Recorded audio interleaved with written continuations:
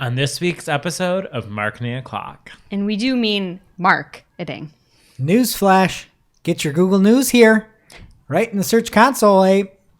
Google Ads verifies what identity verification will look like for advertisers.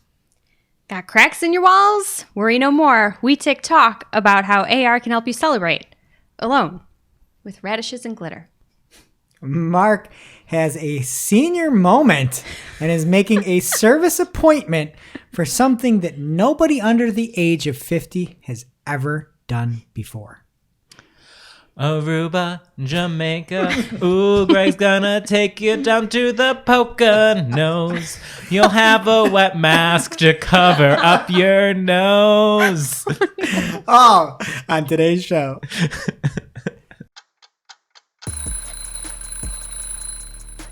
Marketing O'Clock is your weekly dose of digital marketing news, a proud part of the Search Engine Journal Podcast Network. We record every week from the Cypress North Studios, located in beautiful Buffalo, New York. Tune in to our critically acclaimed Famous Friday news show for insights, updates, rants, and much more as we cover the full gamut of digital marketing for you.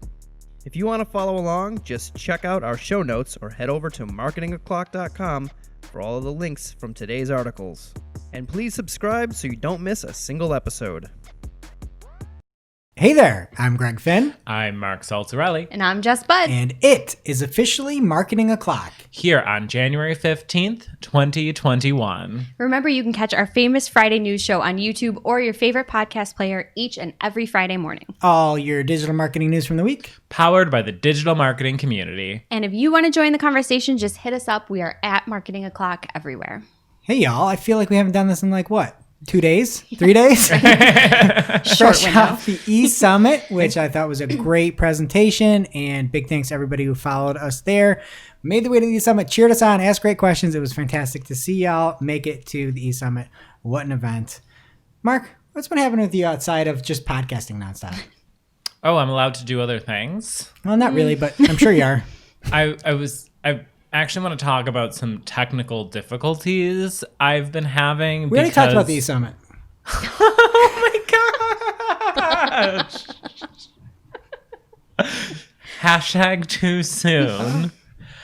I feel like I have to take back everything every time I've been mad, having to help my parents out with something. Oh, no. So having this conversation with Jill on our team yesterday about how she was having an amazing jam session on our way home from work yesterday, listening to our favorite song, Straight Up by Paula Abdul. And I was really confiding in Jill the struggle I've been having where I haven't been able to have a proper jam sesh in my car in months because I got a new phone in November and I cannot connect it to my car's Bluetooth. I followed like a bad feacher for a phone. Every instruction. It's the car. It's the car. Bad feature for a car too. When I bought the car last summer, the dealership, they insisted on setting up my phone for me. They're like, we're gonna do it. It's way easier if we do it. And now I can't figure out how to connect my new phone to the Bluetooth, so I can't have jam sessions with my own music. And I've literally looked up every help article from Honda. I've done every single thing, and I cannot get it to connect. So as soon as numbers go back down a little bit in Western New York, I'm gonna have to haul my ass out to the Honda dealership and have them connect my phone to my car. And I feel so embarrassed that I'm going to have to do that. Are you going to make like a service appointment to have your Bluetooth connected? I think it's the only option. That's like amazing. I think it like and I like paid like the warranty and stuff. They have to do this stuff for me. I paid for it. And I think this is just so insane. They're going to be expecting a really old gentleman, and when you walk in the door with your 20-something self, they're just going to quit for the day. Give them some quality entertainment. Oh my goodness. That is insane. All right, Jess, what about you? So I was prepared to come in here and talk about the fact that we finally got some play sets for my son. He got a kitchen and a washing machine and a fridge because those are the things he likes to play with of ours. So we thought, like, let's get him some play stuff. So good parent moment. But then, after we talked about Facebook poking on the show last week, our producer, Katie, poked me on Facebook. And then I poked her back. And then she poked me again. And we haven't spoke about it in person out loud. And it's just like this thing, which I thought was fun because we were talking about poking. And I like forgot that was even a thing still. And then I was poked on Facebook and it was Katie. And it's like the elephant in the room that we're not talking about. It was a fun social interaction. I still can't believe poking hasn't been canceled. I mean, you're just like, hey, friend. So I don't even know where to find it in the platform, but I know like if someone pokes me and I get a notification, I can poke them back. Because I have some poke wars from like 2009 that are still going on. 11 And I'll years get a later. notification Or every 12. few months that I got poked back. It's amazing. It's a fun experience. I just like, it was just like a quiet thing. Like, oh, she was listening and she poked me. So Yeah, remember when thanks, Facebook Katie, was for making fun? my day. Yeah. It is fun again. I don't know. Life is boring. So that was a special little moment. What do you have, Greg? So I'm going on vacation for a weekend getaway to Pennsylvania. It's like one of the only places we can get to without all sorts of testing because it's right on the border. And I am going with my children to a masked on the whole time. So just imagine that first. Indoor water park. No, I was literally cringing that you were going to say that. Can you freaking believe that? I can't believe they're open. You can swim. Yeah, I mean, it's publicly? like you have to have a certain reservation. You have to have this. My wife is like, we have to go somewhere. I'm like, well, look, I'll only go somewhere if I can go like into a mountain and cook some food like on a mountain, like I'm like Les Stroud, Bear Grylls style. And we're going to a indoor water park. Sounds like Incredible. exactly what you were Okay. looking for. Can you like imagine me at an indoor water park? Not even during non-pandemic And then times. like, it seems like it's going to be waterboarding, right? You're putting a cloth on your face and getting water to. How is this a thing? How know. does that work? I don't. It doesn't seem. I've been there. My family has taken a trip. I know the one you're talking about, and it's something to behold. I can't imagine doing it in the I've mask. been there, and it stresses me out normally. Yes. So I can't imagine the world that you're about to be in. So good for you. Yeah, Erie, PA is fun. It's a wild town. Peach Street has all the action. It's not there. I don't even know. Oh, where you're it not is. going to that no. one? Oh, wait, it's mountain. not that one? No, it's to Poconos. I thought Poconos was like the Oh, Beach Oh. Boys song. You're going to Poconos. I thought that was what is the Beach Boy song where they're like, Kokomo? oh yeah, I thought I was going there, but I'm not. I'm going to Pennsylvania. Okay, I just want to let you know Kokomo is not in Pennsylvania. I'm going to the Appalachian Trail. All right, everybody. So that's where I'm at. So thoughts and prayers would be appreciated, everybody. I'm sorry. If you have a grievance to air or spicy take to share, anything you want to get off your chest, our phone lines are open. Visit call.marketingoclock.com and leave us a voicemail, and we might play it on next week's show. And don't forget that our fearless leader, Christine Zernhaus, AKA Shep. wrote a book, The Ultimate Google Ads Playbook. Find prospects online, deliver the right ad messaging, convert leads, and accurately measure success with Google Ads. It's awesome. And it is available in paperback or Kindle format. So if you miss her, and I know you do, grab a copy. It's a good read and it's a great resource for anyone doing anything on Google. You'll find a nugget in there that you didn't know. That's your commentary on Shep? What? That she wrote a book? There's something much more important that starts with a B Not my news to share. that she made and shared on Twitter for the world and tagged Marketing Clock and the SEJ eSummit hashtag. Shep made her baby. Oh, I She thought did. you were going to say a beautiful stenciled wall. No, she did that She's too. done that too. She has a lot of accomplishment. Yeah, so A if book, you a wall, want, and a baby. we've retweeted over on @marketingoclock on Twitter. You can go check it out or say congrats to Shep and Eliza. All right. And another note, if you want all this news each and every week, we now have a newsletter. The newsletter before is truncated. Now you get every single link. It's the only way to get every single link here. All the cool tools, all the lightning round, and every bit of main news and all of the everything we talk about is now in the newsletter. So head on over to marketingclock.com if you want that on auto and just read the news along with us. What's in the main news today, Mark? First up, we have a story from Barry Schwartz at RustyBrick on Twitter. Google Ads begins identity verification. we first heard about this back in March, that Google Ads will be requiring some sort of verification in the future. But this month, we're finally seeing more details, and we've actually been seeing some advertisers that we know get notified about the process. So it's first shared by Amalia Fowler at Amalia E. Fowler on Twitter on January 7th. She included a nice screenshot of what the email that she looked at looked like. And she said, "This is going to be an interesting adventure, PPC friends, hashtag PPC chat. As an agency who runs accounts for my clients, this will be fun." Think she was serious about that? She's excited? Oh, no. No, I think sense she's a little gonna have a sarcasm. party. Yeah. And then she said, also, look at the bottom. And she highlighted in the screenshot, what happens to the information? Once your identity is verified, your name and country will appear in an ad disclosure generated by Google. This kind of sparked some controversy in the PPC community. People were very scared that, like, I don't want my name and address appearing next to my client's ad because they're my client. Like, that's not me. And also, no one wants their personal information being thrown about on the internet, especially if you're on a lot of ads, your name is everywhere. The email also included some other information besides that little snippet. She got a deadline of February 6th, and it stated that that no ads would be paused during the verification process. So as long as you submit it by February 6th, your ads will still continue to run as that process goes on. And what turned out, this was just a terribly worded email. And I don't know what Google's deal is, that they can't roll everything. They can't roll anything out and explain it properly. People, like, because what Amalia thought is that her name is going to be connected to this. But thankfully, we have Barry, and he talked to Google, and they thoroughly explained what they actually meant from the email.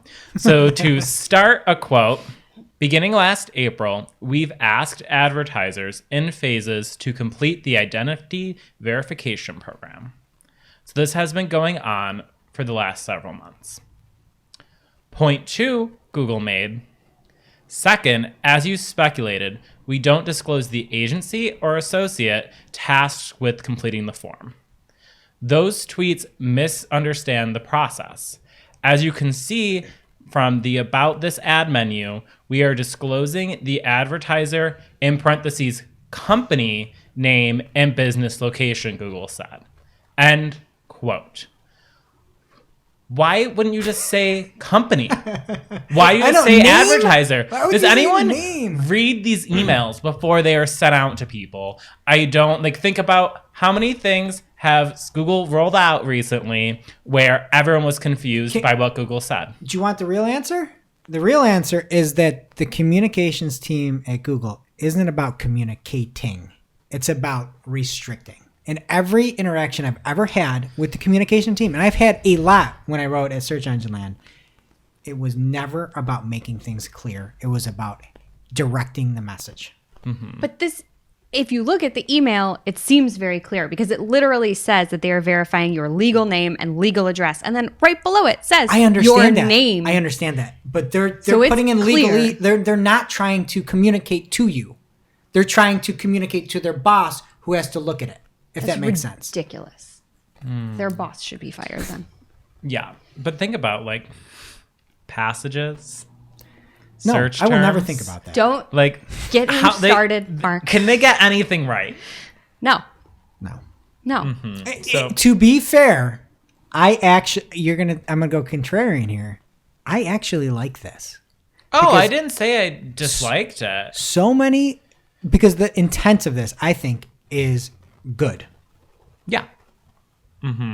And that's kind of my thought on this. Like, right now, I think this is probably a good thing. I think the part that gets me is how they communicated it. That was awful. And then I want to know what this 15-minute course is like. So as soon as I see that, I'll have an actual opinion. But so far, I think this is totally fine. And we'll include it. Barry included a screenshot in his article of what this will look like. And it just shows about the advertiser, the company name, and the country of the advertiser. And what it's going to do is stop like some of the seedy ads that are out there where you're like, oh, I'm a mattress company and I just spun up, bestmattresses.website and you've now advertised. Favorite site. Oh yeah, that's me. I'm Casper. Hey. But like, I think it's going to be able to show you who has the ad dollars behind it. And I think that's actually good overall. Execution, horrible. Poor. Yep. Poor I think communication. we are all in alignment there. Just one last note, if you want to see what happens if you do not submit this, we had from Rob P, Mr. Robzilla, great handle, on Twitter, was kind enough to share the notification that you'll receive if you don't complete this process on time and your account was suspended. So thank you for sharing that, Rob. And next up, Google Search Console is now reporting on the performance of content from Google News. You might have seen this before with something like Discover was there. And now you're going to be able to break out easily Google News in Search Console. So from Google, they say, today we are launching Google News Performance Reporting to help news publishers better understand user behavior on Google News on our Android and iOS apps, as well as news.google.com. So you do not have to do anything. I mean, you have to have some Google News traffic. So that's one thing. If you don't have Google News traffic and you're looking for it, I would assume it is like Discover and will not show up until you get the traffic. When you do get the traffic, it will be very, very similar. There will be a screenshot up over on the Search Engine Journal YouTube if you're watching this there, and you'll be able to just see all of that data. And it appears that you will get many of the different filterable options that you get with Discover or just general old Search Console info, where you can see pages, countries, devices, dates, all that good stuff. And you can just see what story is driving the most. Clicks, impressions, CTR, or whatever you want. And you know whose Search Console I'd pay to see? Who's I wanna really see- popular in Google News? I want to see YouTube and that 11% like we saw. Imagine that. Those have to be some numbers. You're YouTube and you're like, look at this. Google News is more than search. It's crazy. So Yeah. Think they'll let you in? no. You don't have me anywhere. I'm surprised I'm still able to talk like this about them. Just ask them nicely. I'm sure they'll respond. Send them your ID. Yeah. Let you in. There you go. Now it's time for this week's Take of the Week. This is a #fire digital marketing take with extra spice served up for you. We simply deliver the take for your consumption. We give no opinions. We don't influence. You make the call. And I have a question. Tell me if I'm correct here. Have we ever had back-to-back takes of the weeks? Like week to week? The Yes. same? Maybe. I doubt I it. think this is the Am I first ever. supposed to keep I track doubt of that? Yeah. Hey, Stats and information czar. No, I think this is the first. And we have a take to take, I'm going to call it, Ooh. from PPC Kirk, at PPC Kirk on Twitter. And if you recall last week, he said that you don't have to lose your data with automation. And it was a great take. And we had shared it on Twitter at Marketing O'Clock. And he repeated and said, listening now, thanks for including. A definition I have been using more of is from Mike Ryan Retail in regard to automation, like smart shopping. He prefers black hole to black box when referring to data. Black box hides the algo and process, where black hole hides the data. And I never thought of it that way. That is transcendent. Yeah. I know, like, because smart shopping, you literally see nothing of what happened. So you can see, like, it might be on YouTube and it might be on search, but you don't see placements. You can't see terms. You can't see anything. And it is a black hole of information. And calling it a black box is disingenuous because Google is a black box with its algorithm from an organic perspective, but you can see in Search Console where people came from search, where people came from now in news, where people came from in Discover. Like, you have all that data, But here, the data is being withheld. And I'm calling it that from now on, a black hole.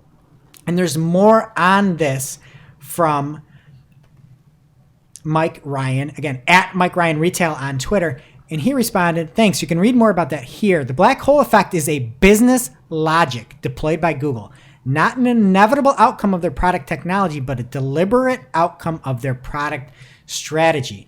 And he has a LinkedIn article that, first off, it has a great image that you'll see over on YouTube and a great title. And the image is Jack Nicholson from A Few Good Men saying, you want the data? You can't handle the data. And then the title is, would Google's own marketing team use smart shopping campaigns? ? Probably not.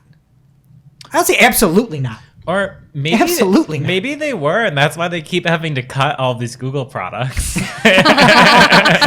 this isn't working. Not secure. We can't sell it. Smart shopping. But it says we have more conversions than ever. Anyway, and I just want to take one little passage from his article here where he says, Google is under intense pressure. Pressure from regulators. Pressure from increasing saturation of the shopping channel. Pressure from technical debt. Pressure from revenue diverted to third parties, pressure from anti-tracking initiatives, and pressure from Amazon. All this ties into one powerful motivator, shareholder pressure. And it is a very well thought out article, and you can check it out over on our newsletter at marketingclock.com. So thank you, Mike, and thank you, Kirk, for the first ever Take to Take this week. And now it's time for this week's I See Why Am I. This is something you just might not have seen. Maybe something you overlooked. But you shouldn't have. I see why am I, people. From Brooke Asmundsen at Brooke Asmundsen on Twitter. We have a smaller niche client who only receives a handful of conversions every month, anywhere from 5 to 15. With Google Ads change to search query data, we can only see 2 out of the 10 conversions from last month in our search query report. Another hit for small businesses, and I've had enough. Wait, Mark. You said that you shouldn't have missed this. I wish I would have missed this tweet. This is really sad. This is sad. This is really I want sad. good news. But maybe Brooke should take out a full page ad in the New York Times. I think that'll help small businesses. Zing! 2 Hope you're out of listening, 10. So there's Facebook. 8 queries, 8 conversions from non-significant queries. Yeah, I mean, and those conversions can't be significant. 80%. Why are you getting charged for them, though? Crazy. Crazy. I'm sorry, Brooke. Yeah, I wonder if Facebook cares. They don't. Now it's time for this week's lightning round. Pew, pew. At this point in the show, we split up our content into 3 parts: paid, organic, and social. First up in the paid news this week, from Greg of the Year at PPC Greg on Twitter, with 1 G in Greg.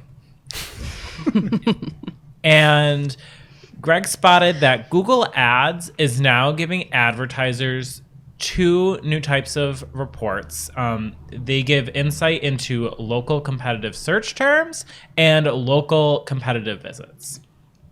So he shared this screenshot of the notification that he got. And he says, seeing this in our accounts today, but not seeing much in terms of helpful takeaways. Spicy. And it says, set up a local competitive search terms report. And you can do this in Google Ads. Click all campaigns. From the page menu on the left, click keywords, and then click local competitive search terms. According to the help article that was linked to the notification, it's only available to eligible advertisers who meet Google's privacy thresholds, which were not disclosed in that article.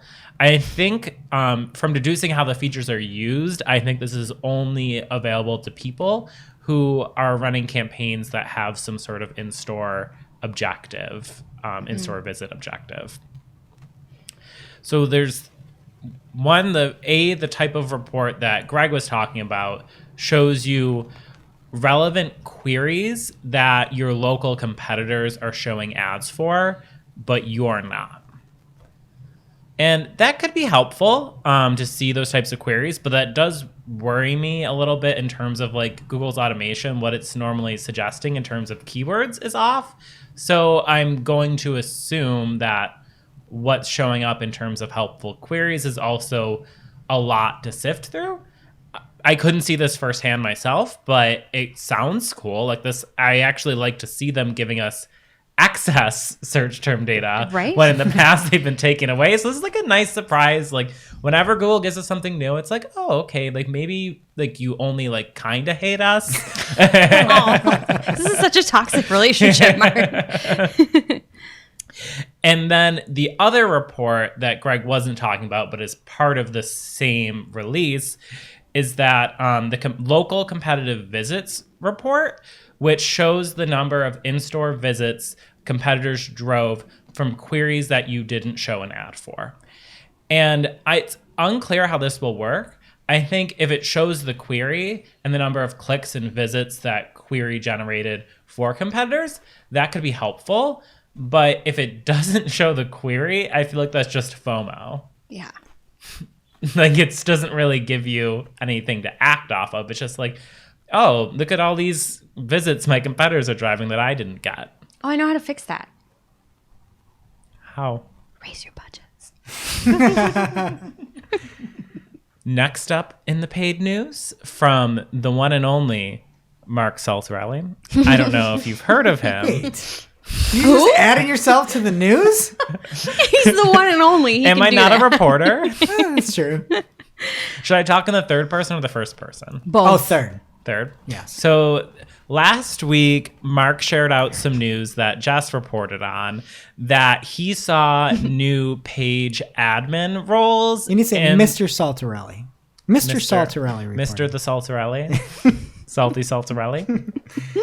And there were, with the accounts that, this week, Mark saw that, with the accounts that had new roles, there was also an option for email notifications for new leads from lead gen forms.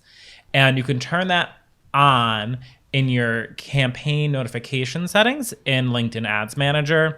And you'll start getting emails that just say, you have a new lead from this campaign and from this form. And then you have the option to view leads. Nothing else. So if you want lead form notifications, I recommend just setting this up in your CRM or marketing automation platform, because they don't really give you any information about the lead. It's just going to give you a bunch of emails to whatever email address is the default on your LinkedIn account. If it were helpful and you could instantly scan like any detail Who or they anything, are, or even company or anything like that, it'd be great. But it's just, I don't know if anybody uses Mint, but Mint will say like, there's a large transaction in your account. And you'll have to like go and you're like, oh, I got to get the fingerprint or I got to remember the password. Like there's no actual information and it's just saying the lead came in. Yeah, and I was talking with Timothy Jensen about this on Twitter, and for both of us, this feature rolled out in one of our accounts, and it was turned on by default. Mm-hmm. So we both started getting all of these emails to our personal email accounts of these lead form submissions, and we're like, how do we turn this off? I'm still getting them. I haven't gotten it. I'm thankful that Mark found this, so I don't have to get those emails anymore. I believe it's Mark thankful Mark found it, so Mark doesn't have to get those emails anymore. But we could be mixing. There you go. All right. Yeah. This is marketing o'clock after all. Oh, boy. Okay. I like that. And now our segment, Beyond Google Ads. Google doesn't care about you. But we do.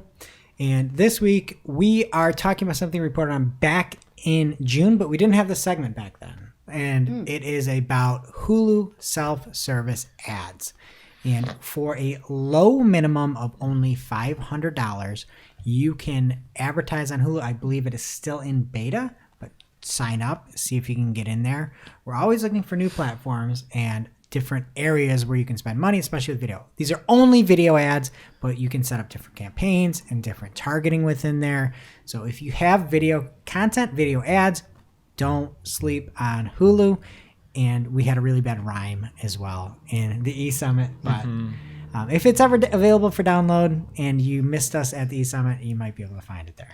You Yeah, could make Greg is now an acclaimed children's writer, writing bedtime stories about Hulu.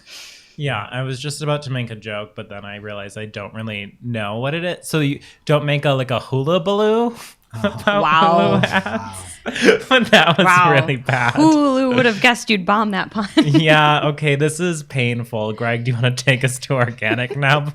Yes. Okay. So first up from Search Engine Journal and Roger Martini Buster. Hey.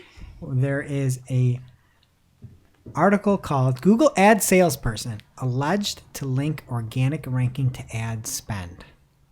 And Roger says, a member of the search community alleged in a tweet that their client was explicitly told by Google that spending more on pay-per-click advertising would improve their organic search rankings.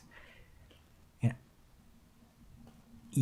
I am going to, we were putting this in here only for the fact that I don't trust this. I don't trust this in the absolute least bit.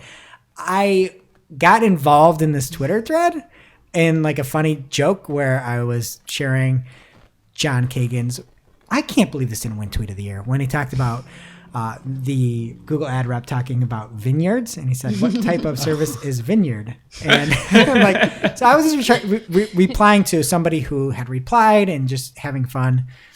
I don't think that this person actually, I don't know. I just don't trust it. Let's just leave it at that. I'm not even going to say the person's name.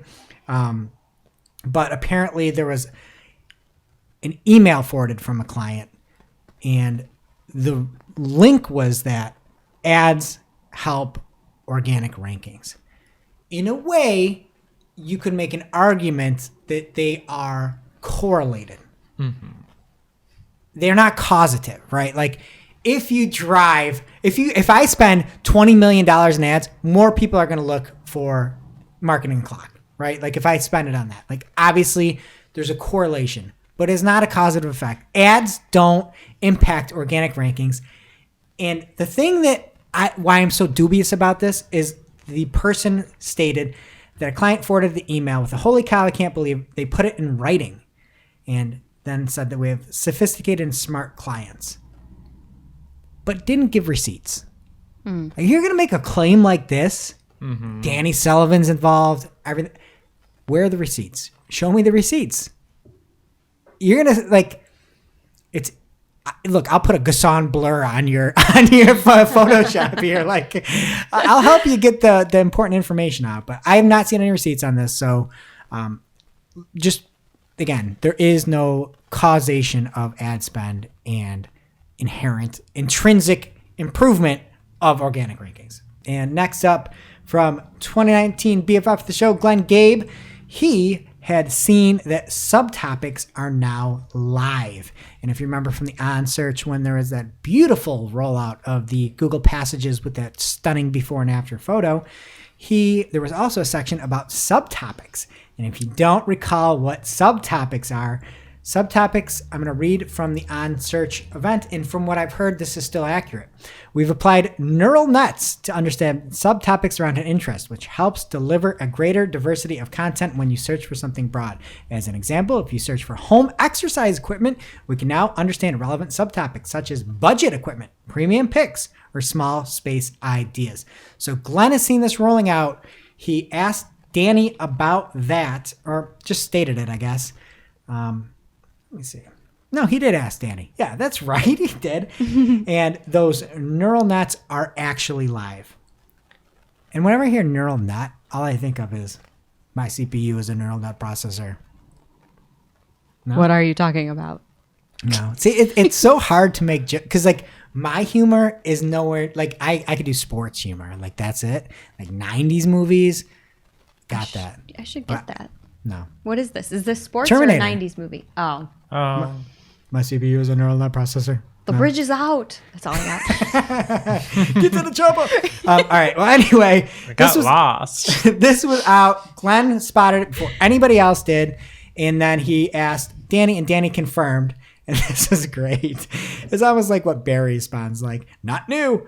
Danny said, well, Glenn asked Danny, hi, Danny. Sorry, I should have asked this last night. Do you know when the subtopics rolled out? Thanks again for replying to my tweet about this. And Danny said, mid-November 2020. So it's been out for about a month and a half and change. So cool. All right, from Matt Southern over at Search Engine Journal, YouTube is launching a new type of search results page that appears when users look for videos by hashtag. Apparently, there's a way to search by hashtag back in 2018, but it never worked perfectly. YouTube is the second biggest search engine out there. What creep is searching for hashtags on YouTube? Like, just search.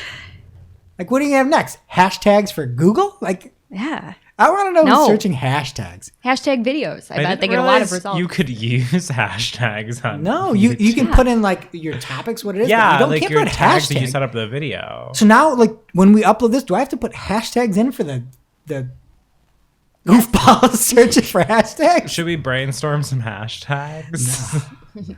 Okay.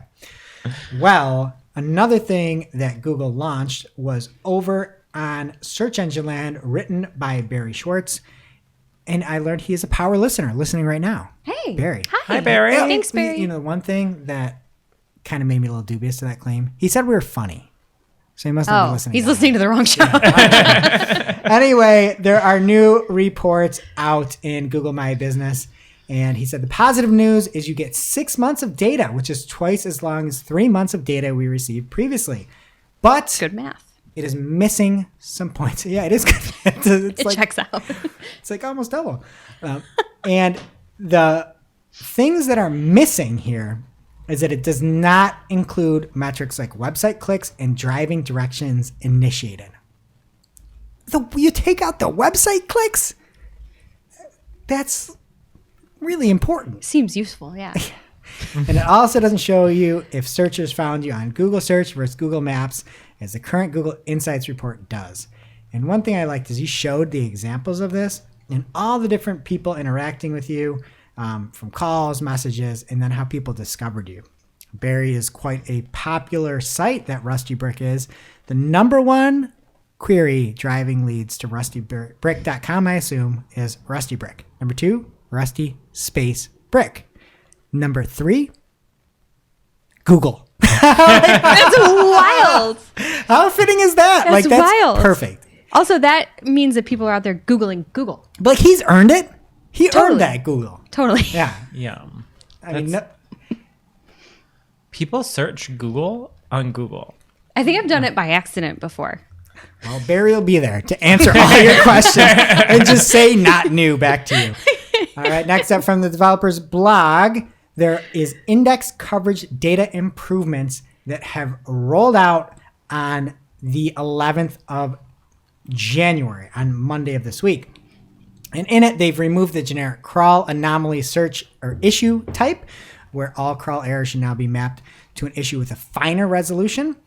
Pages that were submitted but blocked by robots.txt and got indexed are now reported as indexed but blocked instead of submitted but blocked. There's an addition of a new issue, indexed without content, if something's like super cloaked. And then a soft 404 reporting is now more accurate. And let's take this organic section from a soft 404 to a hard 301 over to social. What do you got, Jess?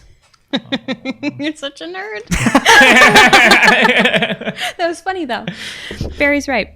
First up in the social news this week, Facebook is testing a new feature in the post composer. So this was spotted by Matt Navarro, who tweeted a screenshot of it late last week. The new composer essentially has a choose photos module, if you will, just right below the text area, which appears to pull in the most recent photos on your device. So it's kind of a small change, but it definitely makes life easier for anyone looking to add a picture to whatever it is they're ranting about on Facebook. Wait, people rant there? Yeah. They have just nothing but things to say with their opinions. Greg, you like rants. Maybe you should use Facebook You should more. use I Facebook. don't like those. Yeah. Those are rant- Yeah. not fun. I didn't want to get into it, but we will later. For now, let's talk about TikTok. They have released a new AR effect on the iPhone 12 specifically, and they tweeted, I will read the tweet from @TikTokComs. To ring in 2021, we released our first AR effect on the new iPhone 12 Pro using LiDAR technology, which allows us to create effects that interact with your environment, visually bridging the digital and physical worlds. We're excited to develop more innovative effects in 2021. Did you guys watch this? No. by chance? It's wild. Like, I really didn't think I was going to be impressed by this, but it's basically, it will have the link in there too to the tweet so you can watch the video. But to describe it to our listeners, this guy in the video is just like standing in his room, celebrating the new year, ringing it in alone. And the AR effect is like a little ball drop. And then when 2021 hits, the ball explodes into glitter. And the glitter, which is not real, this is the AR effect, lands on his arms and on the couch. And it was actually really convincing. And then when he was done celebrating, he put his arms down and walked away, and the glitter fell off his arms and fell to the floor. It was just wild. You guys are looking at me like you're not impressed. I was wowed by this. It's cool. Not to be a dead horse, but is it going to discriminate against what your environment looks like? Do you have a crack in the wall? Here, it's LiDAR The glitter will flow into it. That's why they don't want that, because they don't know how to deal with it with their AR effects. Honestly, that sounds like the world's worst New Year. I couldn't imagine anything worse than setting my phone up, watching my stupid little phone from 10 feet away while the ball's dropping, not look at the ball dropping, looking at my phone just for me to have things land on me. I couldn't think of anything worse, Jess. I can. A daikon radish. The machines are going to take over, whether it's glitter or terrible illustrations. Just comes through with its wishbone, wraps Alicia on your neck. Well, I think that should be their next AR experience. It could blending AR A with daikon AI. radish walks its dog around you, and you can like pet the dog. I might get TikTok just for that. I don't know. I thought it was cool and fun. Smart marketers out there should start thinking now about how to add more interactivity to their social experience, because this is what the kids are into. Some more cool stuff. Hopefully this one will impress you guys. Events functionality may be coming to Snapchat. Nope, crickets. No one cares. This is according to a new patent filing from Snap, and the basic functionality just sounds like users can create an event, invite, and kind of overlay it on their content like a sticker or a filter. Then they send it to their friends. People can respond whether they're coming or not. They can see other attendees and chat with them. And then you'll also be able to see the event location on Snap Maps, which is the cutest little name. And we don't know too much, but Patent Drop, who covered this, speculated there could be a nice play here with businesses, offering incentives for groups to meet up at their location someday when we're allowed to do that. And finally, if your Twitter follower count is memorized and you saw that it was suddenly lower, don't panic. First off, if your Twitter account is memorized, you're probably the same person celebrating 2021 by yourself with TikTok and LiDAR confetti, all right? I don't even like TikTok. I just thought it was cool looking. Don't memorize your Twitter account. Happy New Year, Greg. Jess is a closet talker. I am not. I have clips curated for me, and I only watch the ones my friends think that I'll think is funny. Anyway, if you saw your Twitter follower count suddenly drop, please don't panic. Twitter has suspended more than 70,000 accounts in the wake of the Capitol riots. Twitter said these accounts were, quote, engaged in sharing harmful QAnon-associated content at scale and were primarily dedicated to the propagation of this conspiracy theory across the service, end quote. And they also noted that a lot of the individuals whose accounts were suspended also had multiple accounts, so that's why the number was so high, that 70,000. Fun. Yeah. Can you explain to the audience what QAnon is, Jess? No, thank you. Okay. We have search engines. On a related note, Facebook also announced that they will be removing all posts on the platform that include the phrase, quote, stop the steal, end quote, leading up to the inauguration. And I don't think we officially covered the fact that Trump's accounts on both Twitter and Facebook have been removed. So there is that too. All right, and stop the steal. What's that, Jess? I'm assuming it's basketball app related, like too many turnovers. Hashtag sports. Yeah. Google it, kids. Go Bills. Now it's time for this week's WTH. Misguided. I'm like, who does that? Just get rid of it. I'm over it. Where we rant, rave, and roll our eyes about a trending digital marketing topic. What are we coming to? Honestly. See what had us asking WTH this week. Not only do we have the first back-to-back take of the week this week, but Take to take. We also, for the first time, have a double feature, WTH. Oh, no. And it's a special one on ad fraud. Womp. Because this is cray. literally cray. So the first part is from Nandini Jamni at Nandoodles on Twitter. Great. And we handle. have some great handles I know. today. Mr. Robzilla and Nandoodles. Love them. He said, the biggest story in tech no one's talking about is Uber discovering they've been defrauded out of 100 million, or 2/3 of their ad spend. And all because sleeping giants kept bugging them to block their ads on Breitbart. Basically, what happened was people were annoyed that Uber was advertising on Breitbart, and people kept asking them to stop. And Mark, can you quickly explain Breitbart? Google it. Google it. Steve Bannon, no. And they told their vendors to block Breitbart, but their ads kept showing up on Breitbart, and people were tweeting at their CEO being like, yo, like, you're still on Breitbart. And the CEO was tweeting at their marketing team being like, fix this. And they're like, we did. So then then they hit search partners on their optimization score, and they're back in Breitbart.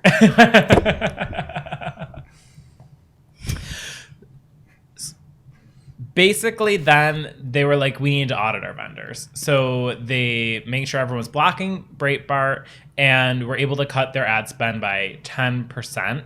And nothing changed. Like, their same user acquisition was completely unaffected by Fire this. the department. Right? And don't you at that point? Like, Get rid of them. Get rid of it. So then, after the Breitbart, they were like, Breitbuy. Wow. They did another audit, and they found a bunch of their vendors were reporting installs of Uber 2 seconds after ad click, which is too fast to install the app and log in.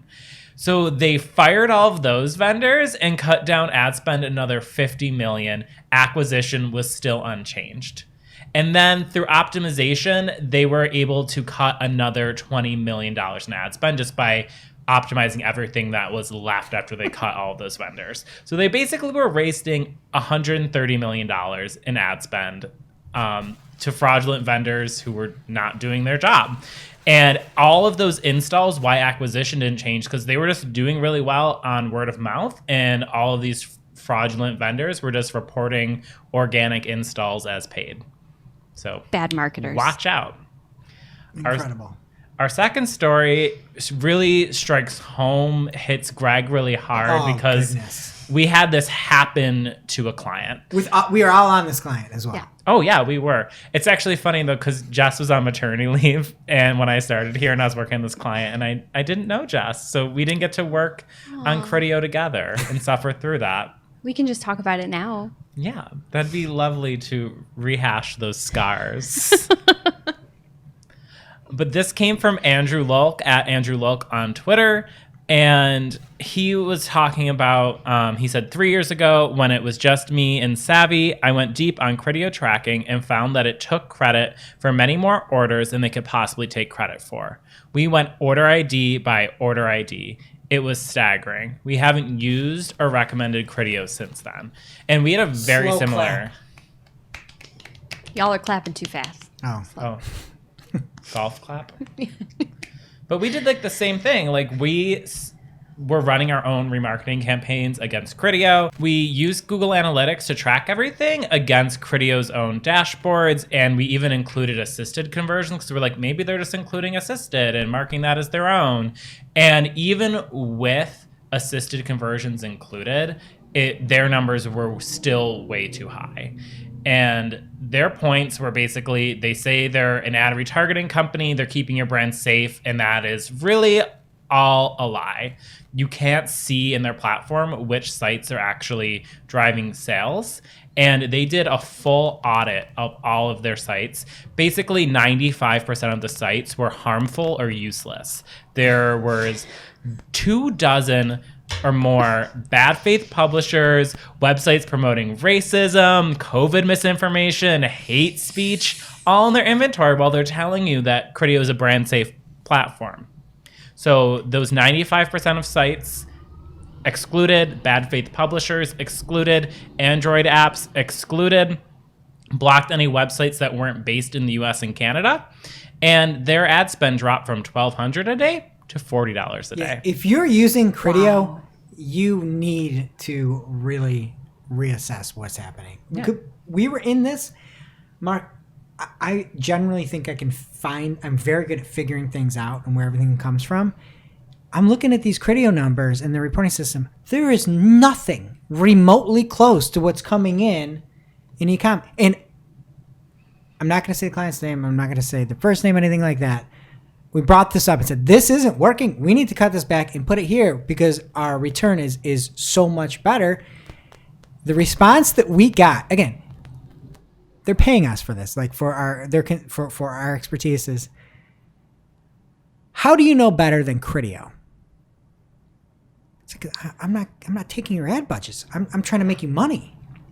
Were you on those calls when that happened? It was insanity. That was like my first week at Cypress North, and I'm sitting on this call being like, why does this person trust Criteo so much?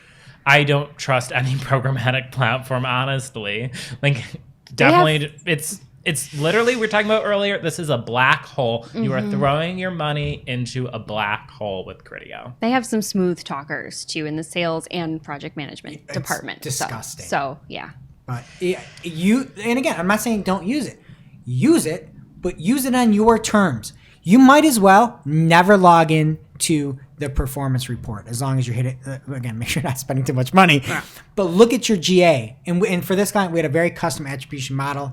And any way we looked at, we could never find anything associated with Criteo. I have no idea how they're attributing things in the slightest. And that's what everybody does outside of things. So again, to the credit of the bigger platforms that sometimes do questionable things, at least those conversions can be found.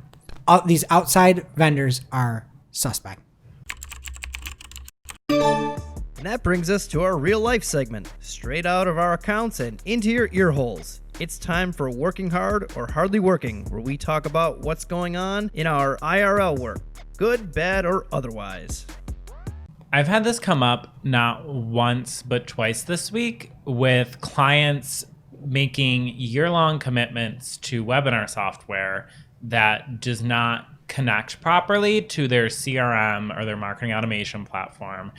And they either don't have attribution on the webinar signups, or they end up having to do all of these painful manual imports and having to deduplicate contacts because one of their customers used their personal email address, or they're having to manually mark whether someone actually attended the webinar.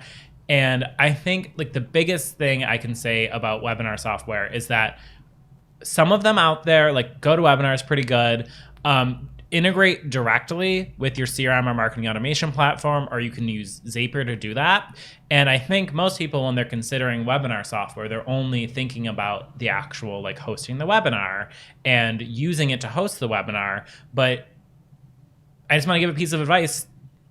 Think about how well it will play with your current marketing systems before you make a commitment to a webinar software. So that's my little soapbox for today. Jess, what's happening over in your world? So I have an update on the Facebook ads account deactivation debacle of 2021 that I talked about last week. We had a client who had several Facebook ads accounts. They were all in the same business manager and they were all deactivated. And we were trying to figure out why. And we still haven't gotten there, where we've reached the point, Mark, where similar to your experience, we had Facebook say, okay, we need to verify who you are. Client submitted their ID. We haven't gotten the notice that they don't have time to look at it yet. And the client's been logging in every day or trying to see if they can get in, and they still can't. But the word of caution, I guess, to share with this is it's associated with the owner of the business manager account. So if you have multiple accounts in the same business manager and your account has issues, you may see that trickle down effect. So still don't have an answer, but a heads up. Did you try DMing Rob Luthern? I hear he's not available anymore. No, he's at Google now. What? He's at Google. Is he? Yeah. Doing what? Did we miss that announcement? Oh, he's a Google. I forget. Should He's we have a, covered security. that in the news this week? Yeah, we probably should have. No, he's in privacy. It's not marketing related. Privacy and security of your data. So congrats, Rob. That's Yeah. now it's included. Congratulations. Well, I hope with Rob Leathern over there, the verification process for Google Ads goes better than with Facebook ads. Yeah. We shall see. All right. And something hardly working for me, but I guess it's kind of working hard for us, the agency, because we know what we're talking about, is we got a new account with a decent spend that had a Google rep in there placed into an accelerate growth program. When their Google rep had said the account was looking good, they had new highs in the return on ad spend. They're 300% for this client. Everything was looking great. I opened this account up, but again, like Criteo, I can't see anything happening. And I'm like, I do not understand how these numbers match up in the least bit. They had double tracking. Somehow there was GA tracking pulled in, and somehow, again, e-commerce, GA tracking, and e-commerce Shopify tracking pulled in. So every sale was reported twice. And this is the Accelerate Growth Program.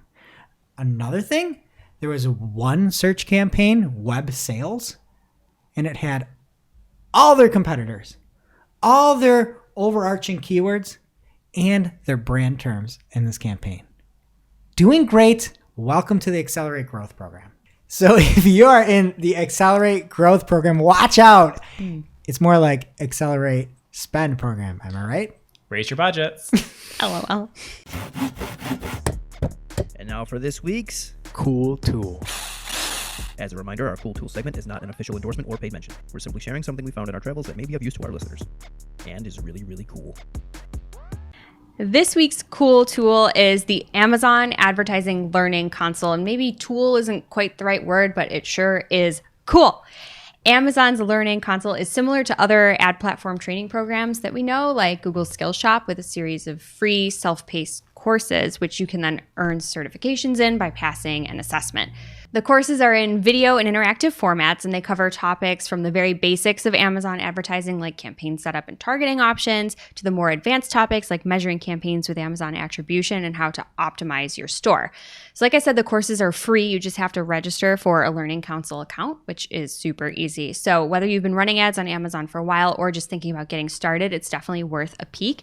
Head on over to advertising.amazon.com/resources/learning-console, or you can grab the link from our newsletter and check it out. Now it's time for our must-read marketing article of the week. An article so advanced, so in-depth, so detailed that we simply cannot cover it in its entirety on today's show.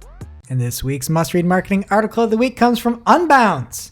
And it's the Unbounce Guide to Landing Page Copywriting. Make each word count with compelling landing page copy that convinces more visitors to convert. This didn't have an author, actually, but it has fantastic information. Maybe there's just so many authors they couldn't put all the names on one page. But you can find your value proposition, plan your information hierarchy, write attention-grabbing headlines, create persuasive body copy, find social proof that resonates. That's like the persuasion manual. Didn't we read that book, Persuasion? Who's that? Who's the guy that wrote that? That's the name of the book? Yeah. Oh, I did read it. You did? Robert? Oh, Robert. Oh, a dear friend. This is Persuasion by Robert. Cialdini? Robert Cialdini? I don't know. I don't know what it was. It's but on my. I think I had to read it in college for my consumer behavior class, and it's currently sitting at my desk because I didn't want my business books at home, so I dumped them all here. we'll see if it's Robert Cialdini. I might be right or might be No, wrong. that's it. It is? Oh, there we go. Yeah, no, I'm confirming. I can show you after. Can't wait. Can I see too? Yeah, we'll And for the audio listeners, Mark just confirmed without going to his desk. It's just boom, confirmed. And anyway, you can convert with a call to action. Some of the, again, major principles within persuasion. And it's now for landing pages. So big thank you to Unbounce. All right, that does it for today's show. It is now officially not Marketing O'Clock. And remember, you can catch everything from this show over on marketingoclock.com or in our newsletter. While you're there, please be sure to subscribe so you don't miss a single episode. And we will see you next week.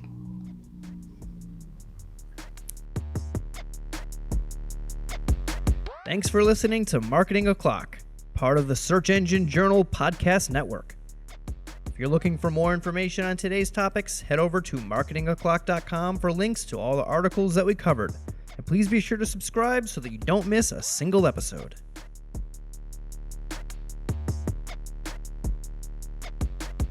Welcome to this week's episode of Shooting the Hack, where after famous Friday news shows, we don't talk about marketing anymore. We just shoot the hack. This week we have everybody's favorite game, Two Kinds of People, where it is a single answer, binary. And first up, we're going to say there's two kinds of people. People that like orange Tic Tacs and people that don't. Wow. I mean, I can't tell you the last time I had a Tic Tac, but it probably was orange. Really? I don't know. Wow. I really don't. I used to like them when I was like 5. Yeah, that's a childhood snack. My Yeah. wife bought orange Tic Tacs, and I had one, and I realized they're delightful. Oh, so you are Katie, a person. What about you? They're the only ones I like. Oh, Wow. Strong they're feeling. good. They're what I think about when I think of Tic Tacs. It's the right size, too. People don't think about that. It's the right size mint. You don't want more mint. Yeah, but orange isn't mint. Can I tell you something disgusting? I saw Coca-Cola Tic Tacs. Ew. Ew. No. Were they Diet Coke? It just said Coca-Cola on it. Nothing about that is diet. I also asked the the question, size. could I tell you something quick? I saw this. I didn't even wait for the response. How rude. Yeah, you know what? I'm offended. Why don't you wrap my present in newspaper Okay, next so we're time? all in agreement on that one. I got one a little more decisive here. I've got one a little more divisive here. So, two kinds of people. People that on a winter hill like to sled and people that like to tube. I mean, I'm going to say sled because I want to go far. And, like, if I'm going to have to walk all the way up this big hill, like, I want to get something out of it. So, like, and I want to do it as much as I want, and I want to have control. I So, feel like with sleds the have sled- control, but tubes go farther. Yes, but tubing I normally associate with like tubing places Mm-hmm. where everyone's on tubes and there's like rules, like you wait in line, you get Mm-hmm. pulled up the hill, like you all go down in batches. And like sledding, I'm just like, it's me and like my best pals. We're in the 2nd grade having the time of our lives, and we are like running, getting a start, and jumping down our sled head first as far as we can go into the Niagara River.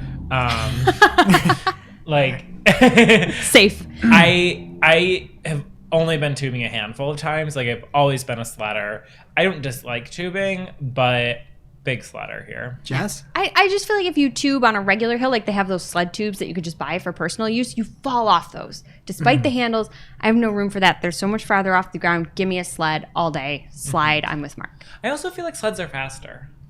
They're more fun. Katie? Tubes are cumbersome, Thank you. but I did get my first ever concussion with a sled. But That's I do fine. like sledding better. It brings back trauma. Atta girl, what a trooper. Yeah, I'm a sled all the way. I like the control, and I don't like having my head backward down a hill. I just don't like that feeling of it. You Yeah. could spin on it. You get a little sense of like being alive for a second, and then like, but I just don't like going down backward. That's the other thing. Sleds are a lot easier to steer. 100%. Yeah. Wow, that was very divisive. Okay. I'm glad we all got in a huge fight over that. Okay, there are two kinds of people. People that enjoy water parks and people that don't. Jess, your thoughts. Indoor water parks or just water parks in general? Water parks. I would enjoy one if I had a private one. I don't want to be around. Private one? Yeah, like if I could go All right, down. Michael Jackson, what do you got? Neverland Ranch over there? Yeah, like I want a lazy river without somebody peeing in it. I want to go down a slide without somebody waiting at the bottom to get hit by me when I can't control my velocity. Like I think the concept is fun, but in reality, there's just too many people and they're all in bathing suits. And no, I don't want to be there. I'm aligned. Like, I like the idea of water parks. I think the things at water parks are fun, but I can't deal with the people. Like if it's busy, like I can do Fantasy Island because there's like all of 10 people there. Actually, you can't. Now It's there's closed. 0. Yeah. That's a local. It's back. It's a Someone else local bought it. Buffalo establishment. They They- opened right up for COVID summer. Aw. Enjoy. Look But it up. all of the decor and the jalopy cars are at my childhood friend's dad's house. Yeah, which you can't see. And Katie? I like the slides. I don't like the people. Yeah. Yeah, I'm not water park. I'm not in it. I don't like it. I don't like the effort that you have to do. You have to stand on these stairs, and the whole time I'm like, I wonder about the stability of this concrete. Like, did they use the right mix? I just don't like the scenario. Oh, and I hate when they have like the textured stair that's like sandpaper. And you fall. And You can see ew. through them so you know exactly And how high you So many are. screaming children, so many children peeing everywhere. Like my parents have a pool. I'd rather just go float in my parents' pool. As a child, my sister, my cousin, and I would turn lawn furniture into diving boards and slides, and we are still alive. And I think that was a way more fun experience. All right. And safer. I'm with everybody on that. And we will see you next week. Such a highly contested topic. And no wet masks. Oh. Thanks for watching this episode of Marketing O'Clock. If you're looking for more, we release new episodes every Friday with all the digital marketing news of the week. You can listen and subscribe wherever you consume your podcasts. Or click to read all the articles from this show or watch the previous episode.